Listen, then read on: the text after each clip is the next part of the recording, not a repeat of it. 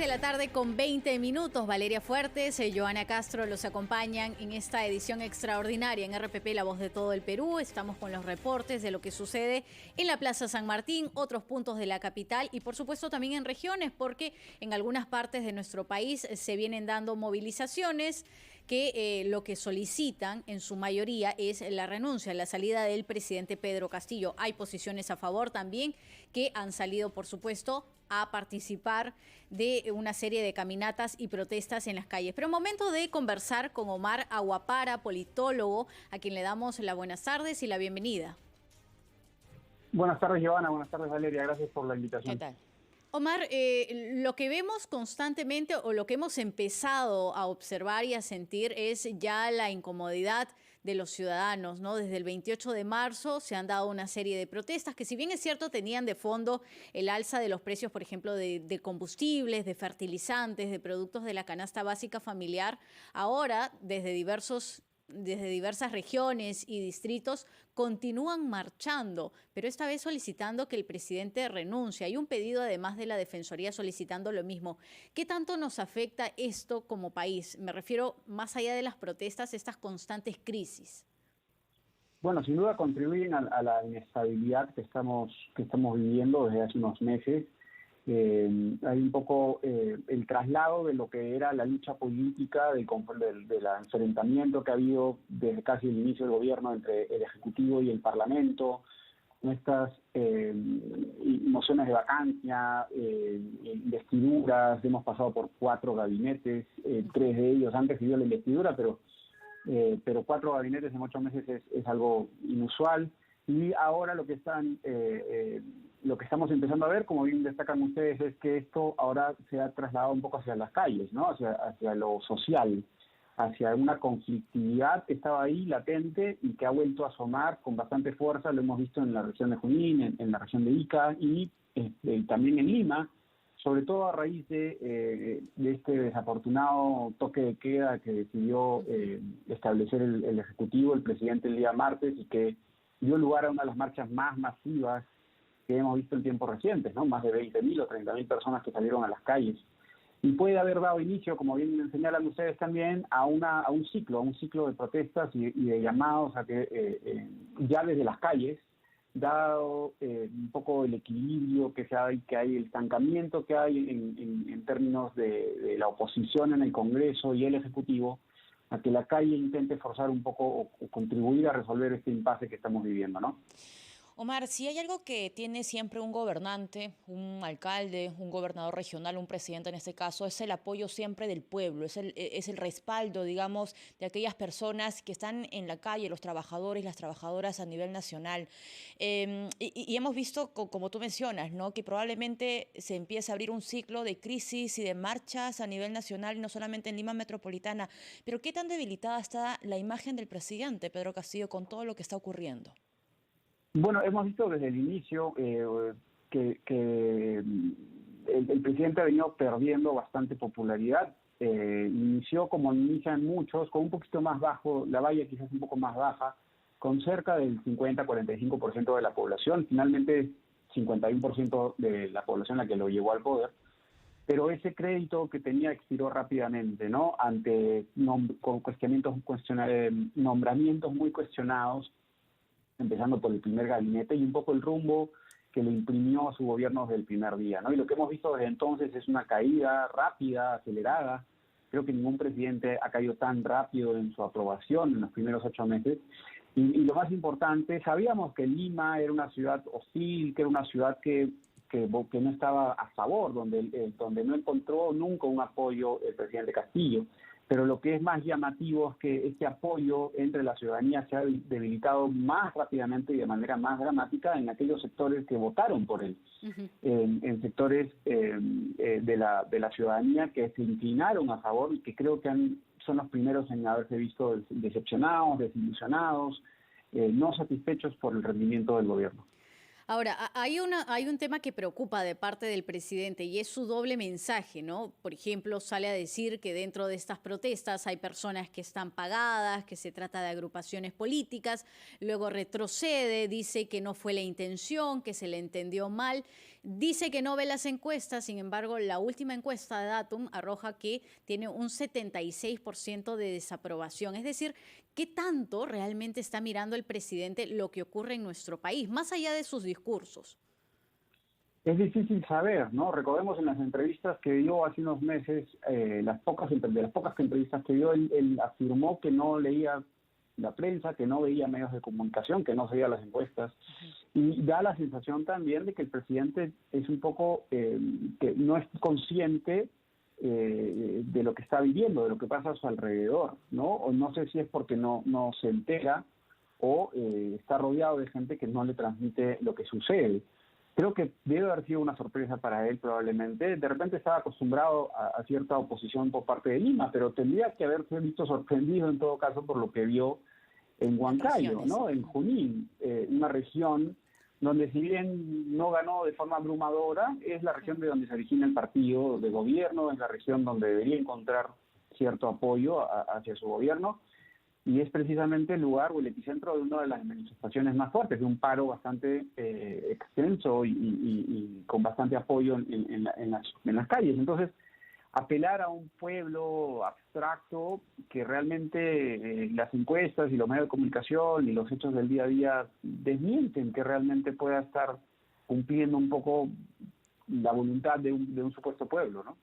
En ese caso, Omar, a ver, no sé, es importante incluso conocer tu lectura. ¿Está a tiempo el gobierno de recuperar la confianza que tú bien mencionas ha perdido por parte de la población, no solamente en Lima, sino en regiones donde ha tenido mayor respaldo en la primera y en la segunda vuelta? ¿Es a tiempo? ¿Cómo recuperar esta confianza? Si es que hay una solución todavía por parte del presidente. Sí, yo creo que sí hay siempre lugar para corregir errores, ¿no? Para enmendar ciertos rumbos. Creo que no es ¿Por dónde empezar? no está nunca escrito, no está predeterminado el final, ¿no? No es que necesariamente vaya a seguir cayendo en la aprobación o tenga que seguir manteniendo el mismo rumbo. El problema con ello, porque lo hemos visto con otros presidentes que han enmendado de alguna manera. Vizcarra fue muy impopular al inicio y luego encontró cierta popularidad enfrentándose al Congreso, por ejemplo, ¿no? Es una estrategia que de repente este gobierno va a intentar hacer. El punto es que este gobierno podría enmendar la marcha, podría, por ejemplo, empezar a seleccionar mucho mejor a sus integrantes en términos del gabinete o la gente con la que se rodea, pero lo que hemos visto en los últimos 8 meses y en los 4 gabinetes que se ha visto hasta ahora es que no hay ninguna señal de que haya intención de corregir eso, ¿no? Y más bien continúan, repitiendo el mismo modus operandi. Mira cuánto tiempo se ha demorado en nombrar a un ministro de Salud que resultó ser el viceministro de Salud y que viene con los mismos cuestionamientos, o al menos la falta de idoneidad a las que ya no tiene acostumbrados los nombramientos de este gobierno. En cuanto a lo último que se ha informado, ¿no? Exonerar de los pagos, del pago del IGB a los productos básicos de la canasta familiar, el tema del incremento del sueldo mínimo, e incluso esta promesa, ¿no? Que repite constantemente de bajar el sueldo a ministros, de reducir el sueldo del mandatario también. ¿El presidente realmente cree que estas son ofertas que van a generarle a él mayor confianza? O por lo menos eso es lo que está sintiendo el Ejecutivo. ¿De esa manera lo está leyendo y entendiendo? Sí, puede ser que sea una lectura parcial, una lectura equivocada probablemente, ¿no? Esta es una de esas medidas populistas que ya se ha intentado en el pasado, que en realidad termina perjudicando más la gestión del aparato estatal, porque termina por espantar. Sabemos que los sueldos en el sector público están relativamente escalonados, toman como referencia el sueldo del presidente de la República. Hacer eso tendría un impacto mayor sobre la ya precaria y debilitada administración estatal. Y creo que se enmarca dentro de estas medidas populistas que no de repente evalúan realmente el impacto que puedan tener. Es una solución muy de corto plazo, como lo quizás han sido una de las medidas que hemos visto en estos días, como el alza en el salario mínimo, como la amnistía a papeletas de sectores a raíz de pedidos de gremios de transportistas, algunos de ellos informales. una serie de medidas que en realidad, o la reducción del ISC y del precio de algunos alimentos, todo que debería de repente podría tener una justificación en el corto plazo, lamentablemente aparecen más como medidas que terminarán siendo probablemente inefectivas, pero que están destinadas a levantar un poco la popularidad alicaída del presidente.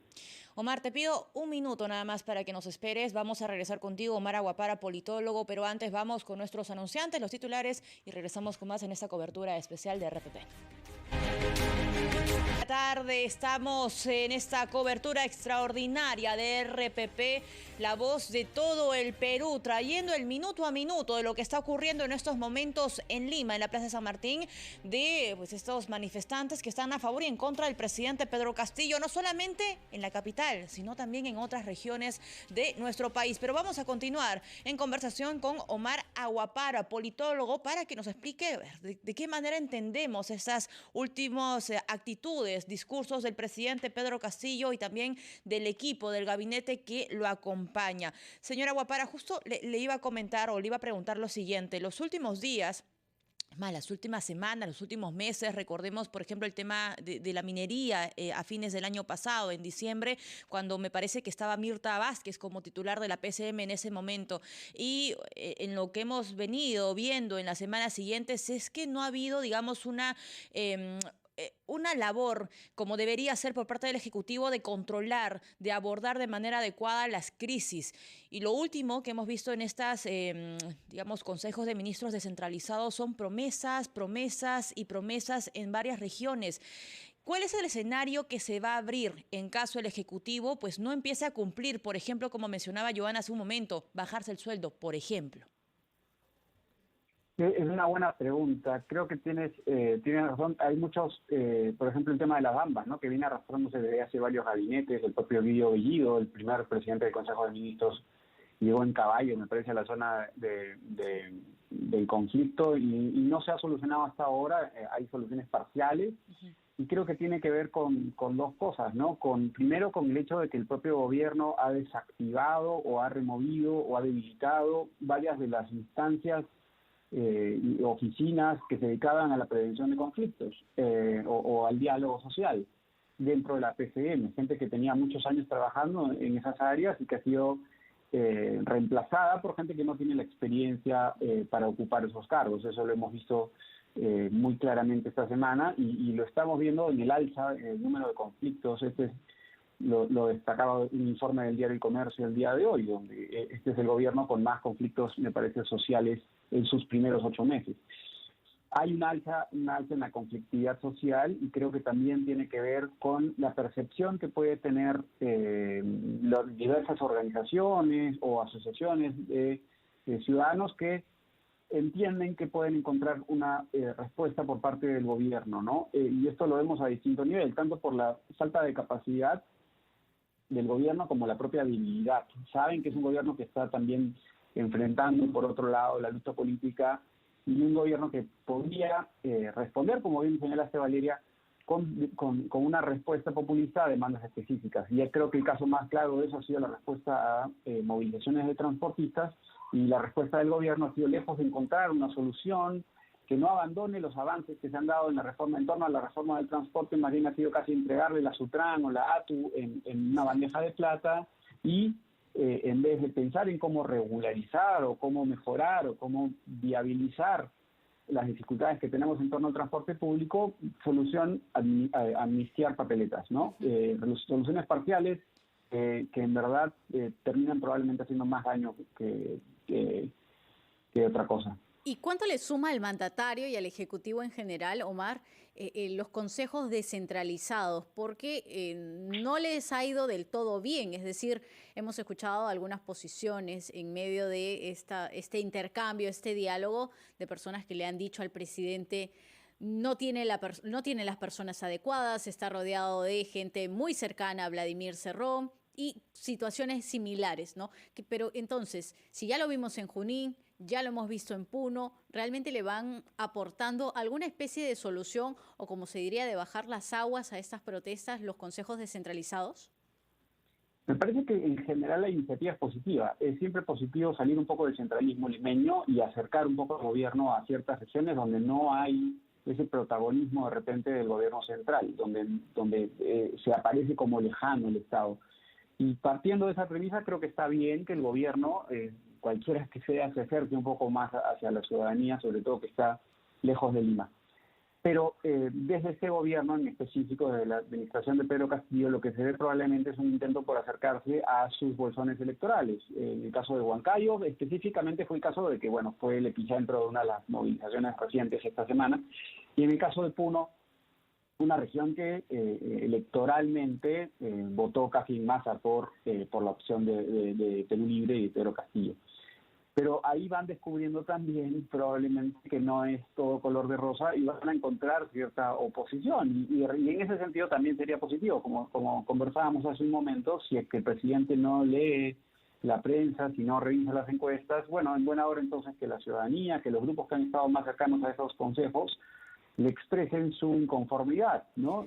Bueno, dijo además, perdóname que te interrumpa, pero recuerdo que dijo en Puno, en ese consejo descentralizado, que las calles iban a estar abiertas para que las personas se puedan manifestar, para que puedan circular, y no es lo que vemos en la capital. No en estos momentos. No, muy difícil que se pueda hacer eso, ¿no? Que se arriesgue el gobierno a ello.